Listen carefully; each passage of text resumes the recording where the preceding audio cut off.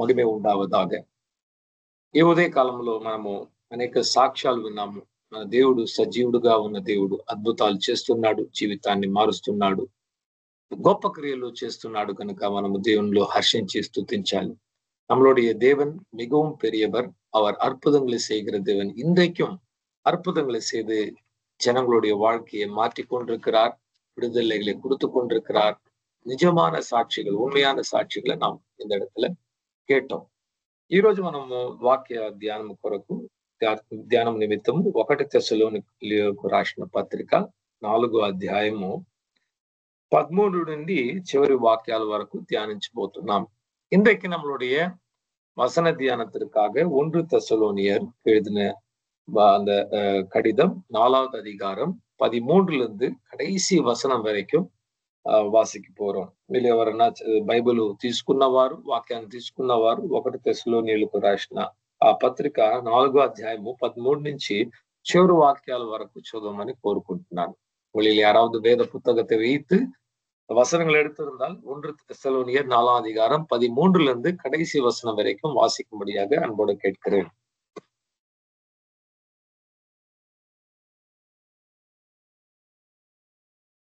So, 1 Thessalonians 13 to the last. Fourth But chapter, I would 13. not, fourth chapter, 13 to the last. But I would not have you to be ignorant, brethren, concerning them which are asleep, that ye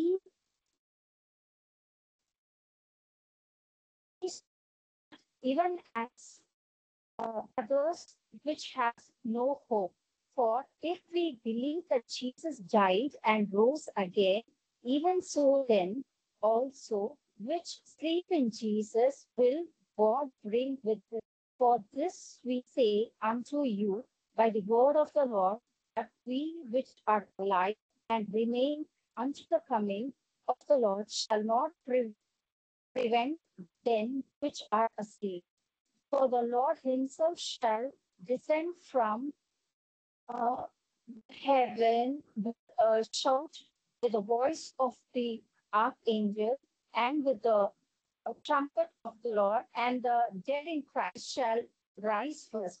Then we which are alive and remain shall be caught up together with them in the clouds to meet the Lord in the air, and so shall we ever be with the Lord. Therefore, comfort one another with these words. Amen. Thank you, sister. ఇక్కడ మనం చదువుకున్న వాక్యాలు అపోస్తలుడైన పౌలు ఆ కాలంలో ఉన్న సంఘస్థులకు కొన్ని ప్రశ్నలు అడిగితే ఆ ప్రశ్నలకు ఉత్తరము రాస్తున్నాడు. இந்த இடத்துல நாம் படித்த இந்த வேத பாகம் அப்போஸ்தலனாகிய பவுல் அந்த காலத்தில் இருந்த கிறிஸ்தவர்கள் சில கேள்விகளை కేటது నిమిత్తமாக அந்த కేள்విகளுக்கு பதில் எழுதினார். మీకు కొంచెము చరిత్ర ఏం జరిగింది, అసలు ఎందుకు ఇటువంటి వాక్యాలు రాస్తున్నారు అని కూడా మీరు తెలుసుకోవాల్సిన చాలా ప్రాముఖ్యమైన కార్యంగా ఉంది. நீங்க சற்று சரித்திரத்தை கூட தெரிந்து கொள்ள வேண்டும், ஏன் இப்படிப்பட்ட వాక్యங்கள் వచనங்கள் எழுதியிருக்கிறார்கள் என்று. మొట్టమొదట శిష్యులైన యేసుక్రీస్తు శిష్యులైన వారు కూడా ఏమనుకున్నారంటే, ప్రభు చెప్పాడు ఇదిగో నేను త్వరగా వస్తున్నానంటే రేపో మాపో వచ్చేస్తాడని చెప్పి వాళ్ళు కూడా చాలా సంతోషం కలిగిన వారుగా వేగంగా సువార్తను ప్రకటిస్తూ అందరూ ఒకే స్థలంలో ఉండి ప్రతి దినము దేవుని రాకడ కొరకు ఎదురు చూస్తూ వచ్చారు. முதலாவது சீஷர்களோடு ஆண்டவராக இயேசு இதோ நான் சீக்கிரமாக வருகிறேன் என்று சொன்ன உடனே அவங்க நினைத்தாங்க ஆண்டவர் சீக்கிரமா ஒரு வாரத்திலேயோ ஒரு மாதத்திலேயோ வந்துட போறார் என்று சொல்லி அவங்க எதிர்பார்த்து ஒரே ஸ்தலத்துல எல்லோரும் இருந்து ఆండవరుడి வருகைக்காக అనుదినము ఎదుర్పార్తు కొంటున్నాంగో. కానీ జరిగిందేంటి, వాళ్ళు అనుకున్నారు దేవుడు వస్తాడు తీసుకెళ్తాడని. ఇక్కడ కూడా పౌలు చెప్తున్నాడు సజీవులుగా ఉన్న మనము దేవునితో కూడా ఎత్తబడి, అయితే పౌలు కూడా సజీవుల లెక్కలోనే ఇక్కడ చూస్తున్నాడు. నా సమయంలోనే నేను ఉన్న కాలంలోనే యేసుక్రీస్తు వస్తాడు తీసుకెళ్తాడన్నది పౌలు యొక్క విశ్వాసం కూడా తెస్సలోనియులకు రాసినప్పుడు. இந்த தெசலோனியர்களுக்கு கூட எழுதும் போது பவுலுடைய நம்பிக்கை பாருங்க, உயிரோடு இருக்கிற நாமும் என்று சொல்லும் போது அவரும் அந்த உயிரோடு இருக்கிறவர்களோட சேர்த்துக் கொள்கிறார். அப்படியாக எதிர்பார்த்து கொண்டிருந்தாங்க. కానీ సమయము గడుస్తూ సంవత్సరాలు గడిచింది కానీ యేసుక్రీస్తు ராக்கட ஆலசியமாயிப்போతుంది. ஆனால் காலங்கள் கடந்து போய் கொண்டிருக்குது, வருடங்கள் கடந்து போயிருக்கிறது. ஆனால் இயேசு கிறிஸ்து வரவில்லை. విశ్వాసంతో ఉన్న వారందరూ కూడా ఎదురు చూస్తూ దేవుడు వచ్చి ఈ కఠినమైన లోకము నుండి, ఈ కఠినమైన ప్రజల మధ్య నుండి పరలోకానికి తీసుకెళ్తాడన్న నిరీక్షణతో ఎంతో ఆనందంగా ఎదురు చూస్తుంటే యేసుక్రీస్తు రాకపోవడం ద్వారా ఆ ప్రజల్లో గొప్ప నిరాశ అనేది కలిగింది. ஆண்டவருடைய வருகைக்காக எதிர்பார்த்து கொண்டு இந்த கடினமான வாழ்க்கையிலிருந்தும் உபத்திரவத்திலிருந்தும் தேவன் விடுதலை கொடுத்து விடுவார், நம்மை கொண்டு போய் விடுவார் என்று எதிர்பார்த்து கொண்டிருந்தாங்கோ. ஆனா கர்த்தர் வருகை தாமதமானால அவங்களுக்குள்ளாக சோர்வு, பலவீனம், அவங்களுக்குள்ளாக దుఃఖం வந்து விட்டது. ఆ కాలంలో ఉన్న క్రైస్తవులు కొందరు అడిగారు, అపోస్తలుని అడిగారు, మీరు చెప్పారు యేసుక్రీస్తుని నమ్ముకుంటే నిత్య జీవము దొరుకుతుంది, కానీ మా పితరులు, మా తండ్రి, మా భర్త, భార్య, కొడుకు, కూతురు అందరూ చనిపోయారండి, వాళ్ళ సంగతి ఏంటి ఇప్పుడు? వాళ్ళందరూ ఇప్పుడు మేము అర్థమైపోయింది కదా అనేసి కూడా కొన్ని ప్రశ్నలు అడిగితే అప్పుడే మొట్టమొదటిగా వాక్యాలు రాయడానికి కూడా మొదలు పెట్టారు. அந்த காலத்துல இருந்த விசுவாசிகள் கேட்டாங்க, எங்களுடைய பிதாக்கள் மரித்தார்கள், எங்களுடைய சொந்தக்காரர்கள் மரித்தார்கள், இதோ கர்த்தரை விசுவாசித்தால் நித்திய ஜீவன் கிடைக்கும் என்று சொன்னீங்கல்ல, எப்படி நித்திய ஜீவன் கிடைக்கும்? அவங்கதான் இறந்து போயிட்டாங்களே, அவங்க எங்க இருக்காங்க இப்போ? ఒక సూటైన ప్రశ్న ఏంటంటే, క్రీస్తులో చనిపోయిన వారు ఎక్కడున్నారండి ఇప్పుడు అనే ఒక ప్రశ్నను వాళ్ళు అడగడం ద్వారా ఈ వాక్యాలను రాస్తున్నాడు. இயேசு கிறிஸ்துக்குள்ளாக மரித்த அந்த நபர்கள் எங்க இருக்காங்க என்று கேட்ட கேள்விக்குதான் இந்த பதில் கொடுக்கிறார். చెప్తున్నాడు, సహోదరులారా, నిరీక్షణ లేని ఇతరుల వలె మీరు దుఃఖపడకుండా నిమిత్తము నిద్రించుచున్న వారిని గూర్చి మీకు తెలియకుండుట మాకు ఇష్టము లేదు. சகோதரர்களே, கர்த்தருக்குள்ளாக நித்திரித்தவர்கள், கர்த்தருக்குள்ளாக மரித்தவர்களை குறித்து நீங்கள் நம்பிக்கையற்றவர்களாக இருக்காதிருக்கும்படி, நீங்க உலகத்தில் இருக்கிற மனிதர்கள் துக்கப்படுகிறது போல துக்கப்படாமல் இருக்கும்படியாக நாங்கள் அவர்களை குறித்திருக்கிற కార్యத்தை சொல்ல విరుముகிறோம். యేసు మృతి పొంది తిరిగి లేచనని మనము నమ్మిన ఎడల అదే ప్రకారము యేసునందు నిద్రించిన వారిని దేవుడు ఆయనతో కూడా వెంటబెట్టుకొని వచ్చును. ఒక పాయింట్ ఇక్కడ ఇస్తున్నాడు. యేసుక్రీస్తు మరణించి తిరిగి లేచాడంటే అదే విధంగా యేసుక్రీస్తులో మరణించిన వారిని కూడా దేవుడు లేపి ఆయనతో కూడా, యేసయ్యతో కూడా తిరిగి తీసుకొస్తాడు అనేది ఒక లాజిక్ ఇక్కడ ఇస్తున్నాడు. இந்த வசனத்தை பார்க்கும்போது அவர் சொல்கிறார், ஆண்டவராகி இயேசு மரித்து உயிரோடு எழுந்தார் என்று நீங்கள் விசுவாசித்தால், இயேசுக்குள்ளாக விசுவாசித்து மரித்தவர்களையும் தேவன் ఉయిరోడు எழுப்பி அவரோடு கூட கொண்டு வருவார். ఈరోజు యేసుక్రీస్తు మరణించి లేచాడని మీరు నేను విశ్వసిస్తున్నామా? అలాగంటే అది నిజమైతే మనకు తెలిసిన వాళ్ళు, మన బంధువులు, మన కుటుంబస్తులు, మనం ప్రేమించిన వారు కూడా క్రీస్తులో చనిపోయి ఉంటే వారు తిరిగి లేచి వస్తారు. వాళ్ళని మనము చూడొచ్చు భవిష్యత్తులో, దేవుని సమయంలో, దేవుని రాకడ వచ్చాక ఒక పెద్ద సంతోషము. పరలోకంకు వెళ్ళిన మొట్టమొదటి రోజు ఒక గొప్ప సంతోషం ఏంటంటే వారి కుటుంబస్తులను, స్నేహితులను అక్కడ కలుసుకోవడం. ஆண்டவராக இயேசு மரித்து உயிரோடு எழுந்தார் என்று நீங்களும் நான் விசுவாசித்தால், அப்போ நம்மளுடைய குடும்பத்துல மரித்தவர்கள், தெரிந்தவர்கள், நேசிக்கப்பட்டவர்கள் எல்லாம் கூட மறைந்து போனவர்களை நிச்சயமாக கர்த்தர் எழுப்புவார் என்கிற நம்பிக்கை நமக்குள்ளாக இருக்க வேண்டும்.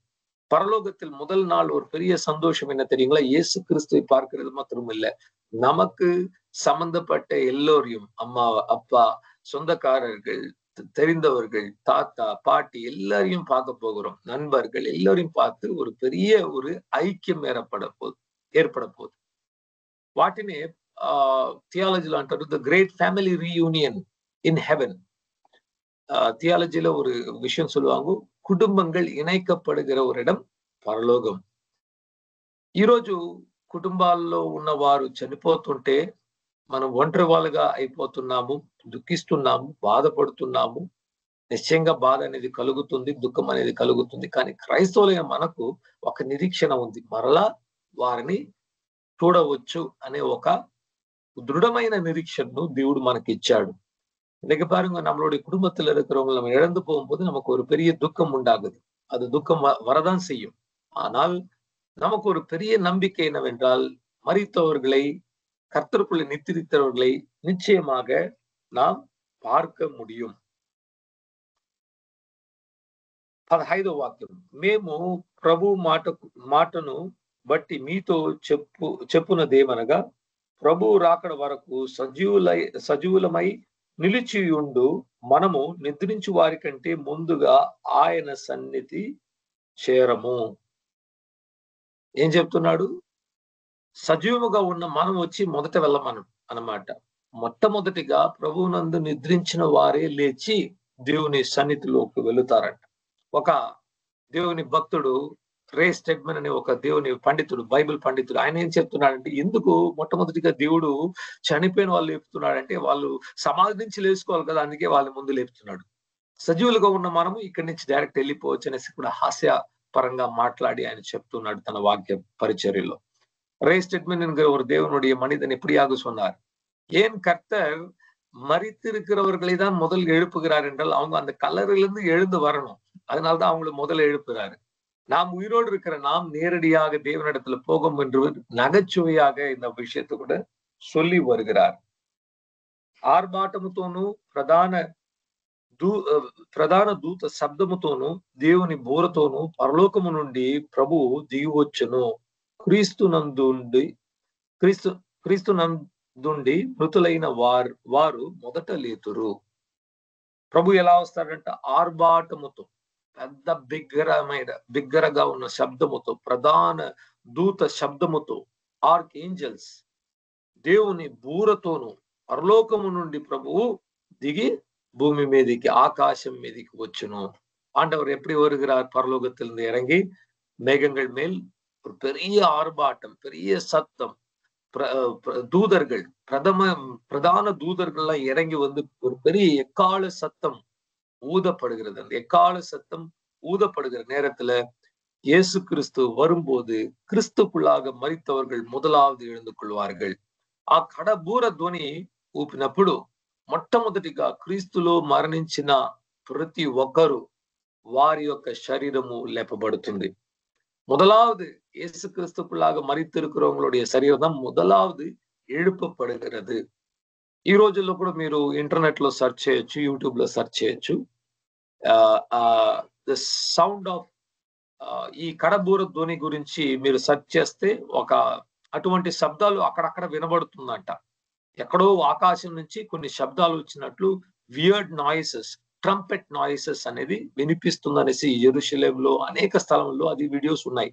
అది క్రైస్తవులు చేసింది కాదు, నమ్మకం లేని ఈ ప్రపంచంలో ఉన్న ప్రజలు చేసిన వీడియోస్. ఏం చేశారంటే, ఇట్లా శబ్దం వస్తుందంటే వాటిని మొబైల్స్ లో అంతా రికార్డ్ చేశారు. ఎక్కడి నుంచి వస్తుంది తలవడం లేదు.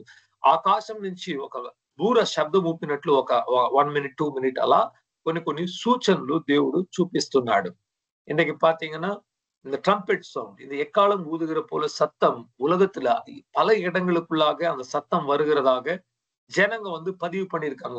வீடியோஸ் இருக்குது யூடியூப்ல. அது விசுவாசிகள் பண்ணதில்லை, இயேசுவை நம்புறவங்க இல்ல, நம்பாதவங்க தான் பண்ணது.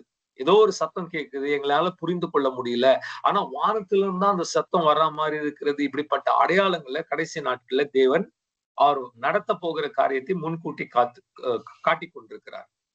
ఆ మీదట సజీవులమై నిలిచి ఉండు మనము వారితో కూడా ఏకముగా ప్రభువును ఎదుర్కొనుటకు ఆకాశ మండలమునకు మేఘముల మీద కొనిపోబడుదుము.